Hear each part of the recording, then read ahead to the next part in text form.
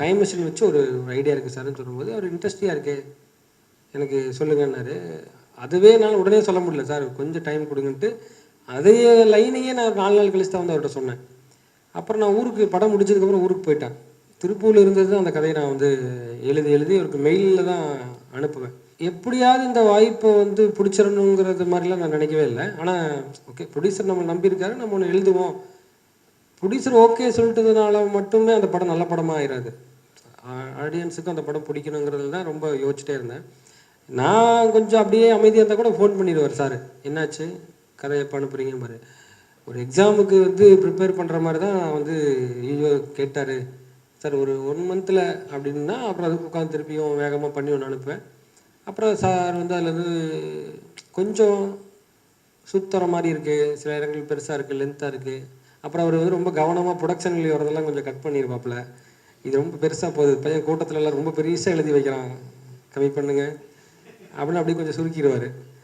அப்புறம் எனக்கு அது புரிஞ்சிருச்சு, ஓகே நம்ம பட்ஜெட்டுக்குள்ளே நம்ம கரெக்டாக எழுதணும்னா அது ப்ரொடக்ஷனோட கண்ட்ரோலுக்குள்ளே இருக்கணுங்கிறக்காக. ஸோ அதில்னாலேயே அந்த கதையை நான் எடுத்துக்கிட்டதே வந்து எளிமையான மனிதர்களை வச்சு எளிமையாக எடுத்துக்கலாம். ஸோ அந்த எளிமை அவசியமானதாக மாறும்போது அது வந்து ஒரு வறுமையாக தெரியாதுல்ல. அப்படி வச்சுக்கிட்டோம்னா நம்ம படம் வந்து அளவாக இருக்கும். நம்ம வந்து பெருசாக எழுதி வச்சுக்கிட்டு அது கிடைக்காத போது அது வந்து படம் வந்து கம்மியாக தெரியும். பெருசாக எடுத்துக்க வேண்டிய படத்தை போய் இப்படி எடுத்துட்டாங்கன்னு தோணிடக்கூடாதுங்கிறதுக்காக நான் வந்து அதை முடிஞ்ச அளவுக்கு அதை கண்ட்ரோலில் வச்சுக்கிட்டேன்.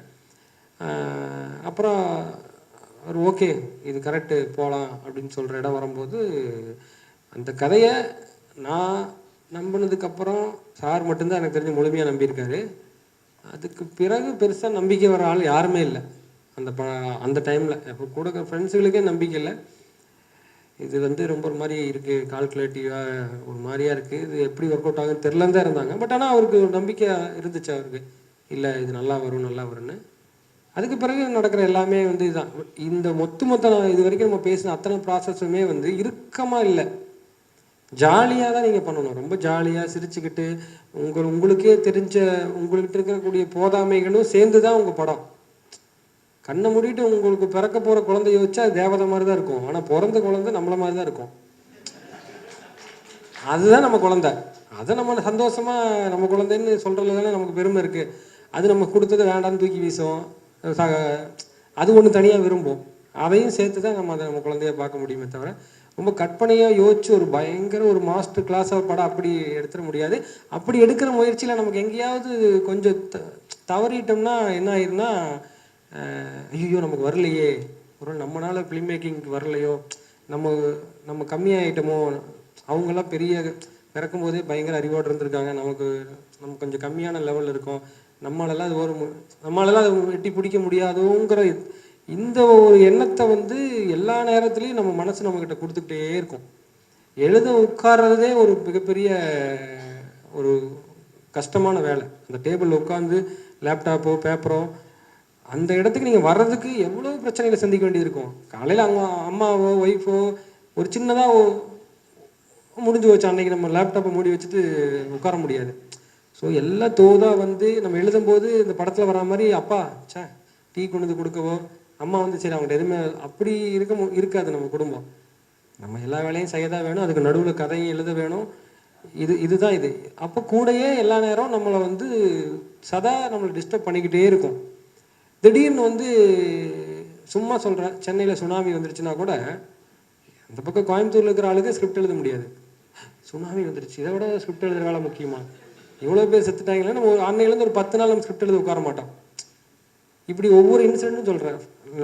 அப்போ அந்த 11 இது அமெரிக்காவில் நடந்தப்போ கூட டிவியில் கூட அதான் பார்த்துக்கிட்டு இருப்போம். எந்த ஒரு சம்பவமும் உங்ககிட்ட இருக்க நேரத்தை வந்து எடுத்துரும். அந்த ஒரு அடகாக்கிற ஒரு கோழி மாதிரி அந்த முட்டை மேலே நீங்கள் உட்கார்ந்தாதான் அந்த முட்டை வந்து பொறிச்சு வரும். அது உட்கார்றதே ஒரு பெரிய கஷ்டமான வேலையாக இருக்கும். அதை உட்காந்து அதுக்கப்புறம் நம்ம எழுதி அதை எடுத்துட்டோன்னா, அது இன்னைக்கு வந்து செல்ஃபோன் வந்து நம்மளை டைவெர்ட் பண்ணுற அளவுக்கு வேறு எதுவுமே நம்மளை டைவெர்ட் பண்ணாது. அப்படியே எழுதிருக்கும்போது டங்குன்னு ஒரே ஒரு மெசேஜ், அந்த வாட்ஸ்அப் மேலே ஒரு நம்பர் வந்தாலே நம்ம ஓப்பன் பண்ணாமல் விட மாட்டோம். அதை முதல்ல பார்ப்போம், ஸ்கிரிப்ட் அப்புறமா எழுதுவோம், முடிஞ்சு வச்சு. அங்கே ஒருத்தர் என்ன ஏதோ ஒன்று டிபார்ட்மெண்ட் ஸ்டோர் போகிற மாதிரி கண்ணில் பார்க்குறதையெல்லாம் பார்க்குற மாதிரி நம்ம வந்து திடீர்னு பார்த்த ஒரு விஷயத்த முக்கியமானதாக மாறிடணும். அந்த நேரத்தில் நம்ம மைண்டில் அது முக்கியமான விஷயமா மாறிடும். இதை நம்ம என்னென்னு பார்த்தே ஆகணும் அப்படின்ட்டு உள்ளே போயிடுவோம். அது நமக்கு தேவையே இல்லை. அது நம்மளை இன்ஃபர்மேட்டிவாக வளர்க்கவும் வளர்க்காது. நம்ம மைண்ட் நினச்சிக்கும் இதெல்லாம் பார்த்தா நமக்கு நாளைக்கு படம் எடுக்கும்போது ஹெல்ப் பண்ணும் தானேன்னு நம்மளை நம்ப வைக்கும். நீங்கள் கூகுள் பண்ணி தேடுறது தான் உங்களுக்கு உதவுமே தவிர வாட்ஸ்அப்லேயோ ஃபேஸ்புக்லேயோ ட்விட்டர்லேயோ வர்ற எந்த இன்ஃபர்மேஷனும் உங்களுக்கு உதவவே உதவாது. உங்களுக்கு ஒரு விஷயம் தேவை அப்படின்னு நீங்கள் நோட்ஸில் எழுதி வச்சு அதை போய் தேடி ரெஃபரன்ஸ் எடுத்து படிச்சிங்கன்னா இன்ஃபர்மேட்டிவாக இருக்குமே தவிர பார்க்குற எல்லா விஷயங்களும் நம்மளை வந்து வேறு இடத்துக்கு இழுத்துக்கிட்டு போய் நம்ம நேரத்தை தின்னு இன்றைக்கி சண்டே, இன்றைக்கி ஒரு நாள் லீவ் விட்டுருவோம், நாளைக்கு என்னமோ நம்ம நிறையா இது பண்ணுற மாதிரி ஒரு நாளைக்கு ஒரு சீன் எழுதுனா கூட படத்தை முடிச்சிடலாம். ஆனால் இது இந்த ப்ராசஸே ரொம்ப கஷ்டமாக இருக்கும். அதை நம்ம கொண்டு வரணும்னா நம்ம என்ன பண்ணணும்னா கிட்டத்தட்ட நம்ம இது வந்து ஒரு தவம் மாதிரி தான். எப்படி ஒரு எக்ஸசைஸ் பண்ணி வந்து பாடியை வந்து பில்ட் பண்ணுறவன் வந்து ஒரு எண்ணெயில் போச்சு சாப்பிடாம கரெக்டாக தூங்கி ஹெல்த் கான்சியஸாக இருந்தால் தான் அந்த பாடி அந்த ஷேப்பு கொண்டு வர முடிய மாதிரியே ஒரு கிரியேட்டரும் வந்து சில விஷயங்களை தியாகம் பண்ணணும். எல்லாமே பண்ணுவேன், நீ படமும் போய் எடுத்துருவேன்னு எப்படி? நீ என்னென்ன தியாகம் பண்ணியிருக்க இதுக்காக? நான் வந்து இதுக்காக வந்து என் நேரத்தை திங்கக்கூடிய விஷயங்கள்லாம் தியாகம் பண்ணியிருக்கிறேன், இதெல்லாம் நான் கட் பண்ணியிருக்கிறேன். ஸோ அந்த நேரத்தை பயனுள்ள விஷயத்தில் யூஸ் பண்ணியிருக்கிறேன். ஸோ எனக்கான நேரத்தை நான் வந்து எடுத்திருக்கேன். அப்போது நம்ம வந்து சில சமயம் நம்ம இந்த மீடியாவுக்குள்ளே வரணும், யாருக்குமே கிடைக்காத எவ்வளோ பேர் போராடுற கிடைக்காம கைவிட்டுட்டு போன ஏக்கமாக பார்த்துக்கிட்டு இருக்கக்கூடிய ஒரு துறையில் நம்ம வந்து நிலைக்கணும்னு நினைக்கிறோன்னா இதுக்கு நம்ம என்ன தியாகம் பண்ணுறோம்? ஒரு இராணுவ வீரன் எவ்வளோ தியாகம் பண்ணுறான், குடும்பத்தை விட்டு தியாகம் பண்ணுறான், எவ்வளோ விஷயங்களை இழக்கிறான். அப்போ நம்ம வந்து இதில் நம்ம நாளைக்கு எல்லாமே கிடைக்க போகுது. நீங்கள் ஒரு மிகப்பெரிய ஒரு அடையாளமாக மாறக்கூடிய அளவுக்கு உங்களுக்கு இந்த துறை உங்களுக்கு எல்லாமே கொடுக்க போகுதுன்னா நீங்கள் இதுக்காக என்ன தியாகம் பண்ணுறீங்க? என்னென்ன விஷயங்களை நீங்கள் வந்து தவிர்த்துருக்கிறீங்க? எதையெல்லாம் நீங்கள் புதுசாக கற்றுருக்கிறீங்க? ஒன்று சிம்பிளாக ஒரு உதாரணத்துக்கு உங்கள் படத்தில் ஒரு சீன் எழுதுறீங்க. ஒரு உதவி இயக்குனர் கஷ்டப்படுற ஒருத்தன், சினிமா சாதாரண வேலை செய்கிற ஒருத்தன் ஒரு மிகப்பெரிய இயக்குனர் ஆகிற மாதிரி சீன், அந்த ஒரு பாட்டு, அந்த பாட்டுக்கு மாண்டேஜ் எழுதணும். அந்த பாட்டு முடிவில் அவன் போய் ஒரு அவார்டை வாங்குறான் அப்படின்னா நீங்கள் மாண்டேஜ் என்னென்னு எழுதுவீங்க? அவன் லைப்ரரி போகிறான், அவன் உட்காந்து டே நைட் எழுதுறான், எல்லாரும் தூங்குறாங்க, அவன் மட்டும் வேலை செய்கிறான்னு கண்ணா பின்னான்னு மாண்டேஜ் எழுதுவான். இதெல்லாம் நம்ம செய்கிறோமா? ஆனால் அவன் அத்தனை வேலை செஞ்சாதான் ஒரு கிரியேட்டர் ஆக முடியும். உலகத்தோட போக்கில் போகாமல் வேற பக்கம் போகிறாங்கலாம் நம்ம எழுதுவோம், ஆனால் நம்ம செய்ய மாட்டோம். நம்ம மாண்டேஜை நம்ம தான் எழுதணும். ஸோ நம்மளே நம்ம டைரக்ட் பண்ணணும். இது ரொம்ப அவசியம். இது யாருமே சொல்ல மாட்டாங்க. இது உங்கள் பயிற்சியாகவும் பழக்கமாக மாறணும். இவனை கொஞ்சம் வித்தியாசமாக தெரியுறான, ஆமாங்க அவன் டைரக்டராக ட்ரை பண்ணுறான் அப்படி சொல்லணும். இவன் வந்து ஒரு உடற்பயிற்சியாளனா எப்படி வித்தியாசமாக இருப்பான் அப்படி இருக்கணும். நம்மளும் அதே மாதிரி குடிச்சிக்கிட்டு அதே மாதிரி தம் அடிச்சுக்கிட்டு சொல்கிறேன். மேபி அது அவங்களுடைய தனிப்பட்ட ஹேபிட்டு உதாரணமாக சொல்கிறேன். கூட இருக்கிறவங்களுக்கு நீங்கள் எங்கேயுமே வித்தியாசமாக தெரியாமல் நீங்கள் எப்படி ஒரு பெரிய ஒரு ஆளுமையாக மாறிடுவீங்க? நீங்கள் உங்கள் குடும்பத்துக்கு முதல்ல மேபி நீங்கள் படிச்சிருக்கீங்க, உங்கள் அம்மா அப்பா உங்களை ஏதோ ஒரு டிகிரி படிக்க வச்சுட்டாங்கன்னா அதுக்குள்ளே உண்டான வேலையை செஞ்சுட்டே நீங்கள் கற்றுக்கங்க. அதுக்கு அவங்களுக்கு ஒரு பதில் பண்ணுங்கள். அதை நிராகரிச்சுட்டு போய் நம்ம ஒன்றும் சாதிக்க போகிறதில்ல. மேபி படிச்சுட்டீங்க அல்லது நீங்கள் வந்து துறை சார்ந்து உங்கள் குடும்பத்தை ஆதரித்து அனுப்பியிருக்காங்கன்னா நீங்கள் அந்த விஷயத்தை போய் நீங்கள் ஆளுமையாக நீங்கள் ஒரு கட்டம் வரைக்கும் தான் எல்லாருக்குமே சினிமாக்குள்ளே வர்றது வந்து பயங்கரமாக இருக்குது. அப்படி போலீஸாக வரைக்கும் விட்டா இருப்பாங்க, அப்புறம் தொந்தியும் தொப்பையுமா இருப்பாங்க பார்த்தீங்க, அந்த மாதிரி ஆயிடுறாங்க. உள்ளே வர்ற வரைக்கும் வந்து அசிஸ்டன்ட் டைரக்டர் வரைக்குமே நான் சொல்கிறேன், அந்த பஸ்ஸுக்குள்ளே ஏறிட்டா போதும் போயிடலாம் அப்படி இல்லை. அது உங்களுக்கு உபயோகமாகாது. அத்தனை உதவி இயக்குனரும் டைரக்டர் ஆகலை, அத்தனை ஆசைப்பட்டவங்களுக்கும் அது கிடைக்கல. ஸோ நீங்கள் வந்து அதுக்கு வந்து நீங்கள் உங்களை நீங்களே கேட்டுக்கிட்டு உங்களை நீங்களே தயார்படுத்திக்கிட்டே வர வேண்டிய ஒரு பெரிய ப்ராசஸ் இது. ஒரு படம் எடுத்துட்டதுனால மட்டும் அது வந்து இமயமலை மடிமலை மேலே போய் கொடி நட்டுற விஷயம் கிடையாது. இது ஒரு தொடர் பயணம். நீங்கள் போய்கிட்டே இருக்கணும், கற்றுக்கிட்டே இருக்கணும், லேர்னிங்கில் போய்கிட்டே இருக்கணும். கடைசி காலம் வரைக்கும் நீங்கள் சமூக இதோட அறிவோடு இருக்கணும். நான் வந்து ஒரு அரசியல் நிலைப்பாடு வரைக்குமே ஒரு படைப்பாளிக்கு முக்கியமானது. நீங்கள் எந்த அரசியல் நிலைப்பாட்டில் இருக்கீங்க, அது ஒரு சமூக அக்கறையோடான அரசியல் நிலைப்பாடா இல்லை எப்படியாப்பட்ட அரசியல் நிலைப்பாடு வரைக்குமே நமக்கு அவசியம். பெண்களை பற்றி நீங்கள் எவ்வளோ உயர்வாக பார்க்குறீங்க, சாதியை பற்றி எப்படி புரிஞ்சுக்கிறீங்க, இன்னும் பிற சமூக விஷயங்கள் மேலே உங்களுடைய பார்வை வந்து ஒரு படைப்பாளிக்கு பல மடங்கு முக்கியமானது. மற்றவனுக்கெல்லாம் முக்கியம்னு நான் சொல்ல மாட்டேன். மற்ற துறை சார்ந்து நீங்கள் ஐடியில் இருக்கீங்க, என்னமோ பண்ணிட்டு போங்க.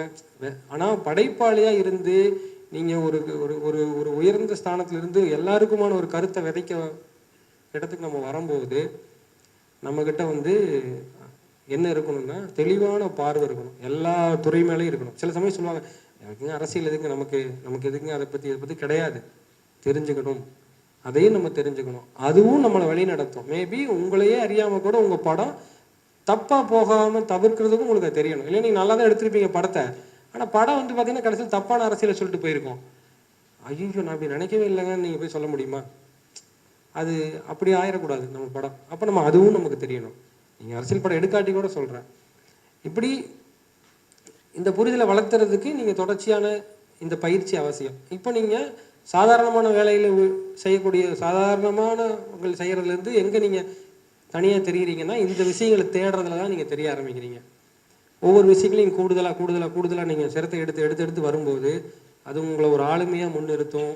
நீங்கள் ஒரு ஆளுமையாக மாறும்போது உங்கள் படம் வந்து, ஆனால் உங்களுக்கு தெரிஞ்ச விஷயத்தில் பாதி கூட உங்கள் படத்துக்கு தெரியாது. நீங்கள் எடுத்துருக்க படம் பிரமாதமாக இருக்குன்னா நீங்கள் அந்த படத்தை விட பெரிய ஆள். படம் பெரிய ஆள் இல்லை, படத்தை விட நீங்கள் தான் பெரிய ஆள். ஸோ உங்கள் படம் நிறையா விஷயத்தை தெரிஞ்சுக்கணும்னா நீங்கள் தான் நிறையா விஷயத்தை தெரிஞ்சுக்கணும். உங்களுக்கு தெரியறது கம்மியாகுதுன்னா உங்கள் படத்துக்கு எதுவுமே தெரியாது. இந்த லகோரகே முன்னாபாயில் எப்படி காந்தி கேரக்டர் கூடயே இருக்க மாதிரியே இருக்கும். அவருக்கு இவனுக்கு என்ன தெரியுதோ அதுதான் அந்த காந்தி கேரக்டர் தெரியும். அது மாதிரி உங்களுக்கு தெரியறதா உங்கள் படத்துக்கு தெரியும். உங்கள் படம் மட்டும் சூப்பராக வந்துடணும், உலகமே வந்து வியந்து பாராட்டுற ஒரு படத்தை நீங்கள் எடுத்துடணும்னா அது வந்து எதேச்சியாவோ சும்மா கண்ணை மூடி சுற்றினாலும் பால் பேட்டில் படாது. அது தெரிஞ்சு தான் அடிக்கணும், தெரிஞ்சு தான் பண்ணணும். அப்போ தான் அது உங்களால் இன்னொரு முறை திரும்ப செய்ய முடியும். அப்போ நீங்கள் வந்து என்னென்னா நிறையா கற்றுக்கணும். எனக்கு தெரியணும், எனக்கு நிறைய விஷயம் நான் தெரிஞ்சுக்க உங்கள் படம் கூடுதலாக ஒரு உயரமான இடத்துக்கு போய்கிட்டே இருக்கும். உங்கள் படம் உங்கள் படத்தை பாராட்டும் போது அது உங்களுக்கு ஒரு குழந்தைய பாராட்டுற மாதிரி தான் தோணுமே தவிர அவ்வளோதான். அடுத்தது நீங்கள் அடுத்தடுத்துக்கு நகர்ந்து போயிடுவீங்க.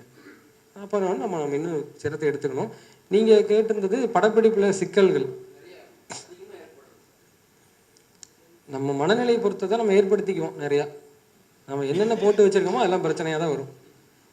அப்போ நம்ம வந்து திட்டமிட தவறிட்டீங்கன்னா, நீங்கள் வந்து திட்டமிட தவறுகிறவன் வந்து குற்றம் செய்ய துணிகிறவன் ஒரு இது சொல்கிற மாதிரி, நம்ம திட்டமிடது எங்கெங்கெல்லாம் மிஸ் பண்ணுறீங்க. நான் அசிஸ்டண்ட்டுக்கு ஒன்று சொல்லுவேன், நீ சும்மா இருக்கிறேன்னா நீ தப்பு பண்ணுறேன்னு அர்த்தம். சார் எந்த தப்புமே பண்ணலம்மா, நீ சும்மா தான் இருக்க, தப்பு பண்ணுற. எப்படின்னா நீ சும்மா இருக்கும்போது ஒரு செய்ய வேண்டிய வேலையை நீ மிஸ் பண்ணிடுற. சும்மா இருக்காத, போய் ஏதோ ஒன்று நீ மிஸ் பண்ணியிருப்ப, அதை போய் தேடும்ப. அது மாதிரி நம்ம வந்து மிஸ் பண்ணிக்கிட்டே இருப்போம். எதுவோ ஒன்று மிஸ் பண்ணிடுவோம். ரொம்ப இன்னும் கூடுதல் சிரத்திருக்கணும். ஏன்னா இந்த சினிமா முதல்ல பணம் நிர்வகிக்கக்கூடிய ஒரு துறை. அதுக்கு பிறகு அது ஒரு அர்த்தமுள்ள ஒரு கலை செயல்பாடு. ரெண்டுமே கலந்தது தான். அதில் ரொம்ப முக்கியமானது, பிரதானமானது தயாரிப்பாளருடைய பணத்தை ஹேண்டில் பண்ணுற பொறுப்பு நம்மளை நம்பி கொடுத்துருக்காங்க. கோடி ரூபாயெல்லாம் நம்ம பார்த்ததே இல்லை. இப்போ வரைக்கும் கண்ணில் அந்த கோடி ரூபாய் நான் பார்த்ததில்லை. ஆனால் அந்த நம்மளை நம்பி 4-5 கோடி 10 கோடிலாம் போடுறாங்கன்னா ஆச்சரியமாக இருக்கும். இவெல்லாம் நம்ம ராம் வீட்டில் ராம் அம்மா வந்து ரொம்ப நல்ல ஒரு கேரக்டரு. அப்போல்லாம் வந்து படம் எடுக்கும்போது சொல்லுவாங்க, அவங்க அம்மா வந்து எதை சொல்கிறேன், ஒரு படம் எடுத்தாச்சு, முண்டாசுப்பட்டி எடுத்தாச்சு, அப்புறம் கூட அவங்க அம்மா வந்து ப்ரெஸ்ஸில் வேலை செய்யாமல் இவன் ஒருத்தன் இது படம் எடுக்கணும்னு சுற்றிக்கிட்டு இருக்கான் அப்படிம்பாங்க. அவன் நம்பி 5 கோடி ரூபா அடுத்த படத்துக்கு போன 5 கோடியா, ஏதாவது நம்மக்கிட்ட வந்து பிடிச்சிக்க போகிறாங்க அப்படிம்பாங்க அம்மா. ஏன்னா நம்மளை நம்பி 5 கோடி 7 கோடி 10 கோடி 50 வாய்க்கு வந்த தொகை சொல்கிறோம் இல்லையா, இதெல்லாம் நம்ம கண்ணில் பார்த்ததே இல்லை. இவ்வளோ பெரிய தொகை நம்மளை நம்பி ஒருத்தங்க முதலீடு செய்யும்போது கிட்டத்தட்ட நமக்கு இருக்க வேண்டியதுன்னா ஒரு ப்ரொஃபஷனலான ஒரு மைண்ட் செட்டப்பில் நம்ம இருக்கணும். இது தற்செயலாக நிகழ்த்த முடிகிற விஷயம் கிடையாது. இது பக்கா பிளானிங்காக நிகழ்த்த வேண்டியது. ப்ளூ பிரிண்ட் வேணும். இந்த பில்டிங்கில் தோன்ற ஒரு குழிக்கும் ஒரு அர்த்தம் இருக்கணும். கட்டி முடிச்சதுக்கப்புறம்லாம் மாற்ற முடியாது. ஸோ உங்கள்கிட்ட ப்ளூ பிரிண்ட் கரெக்டாக இருக்கணும், வேலை கரெக்டாக செய்யணும், மெட்டீரியல் கரெக்டாக இருக்கணும். அப்போ தான் அந்த கட்டடம் நிலச்சி நிற்கும், இல்லைன்னா விழுந்துடும்.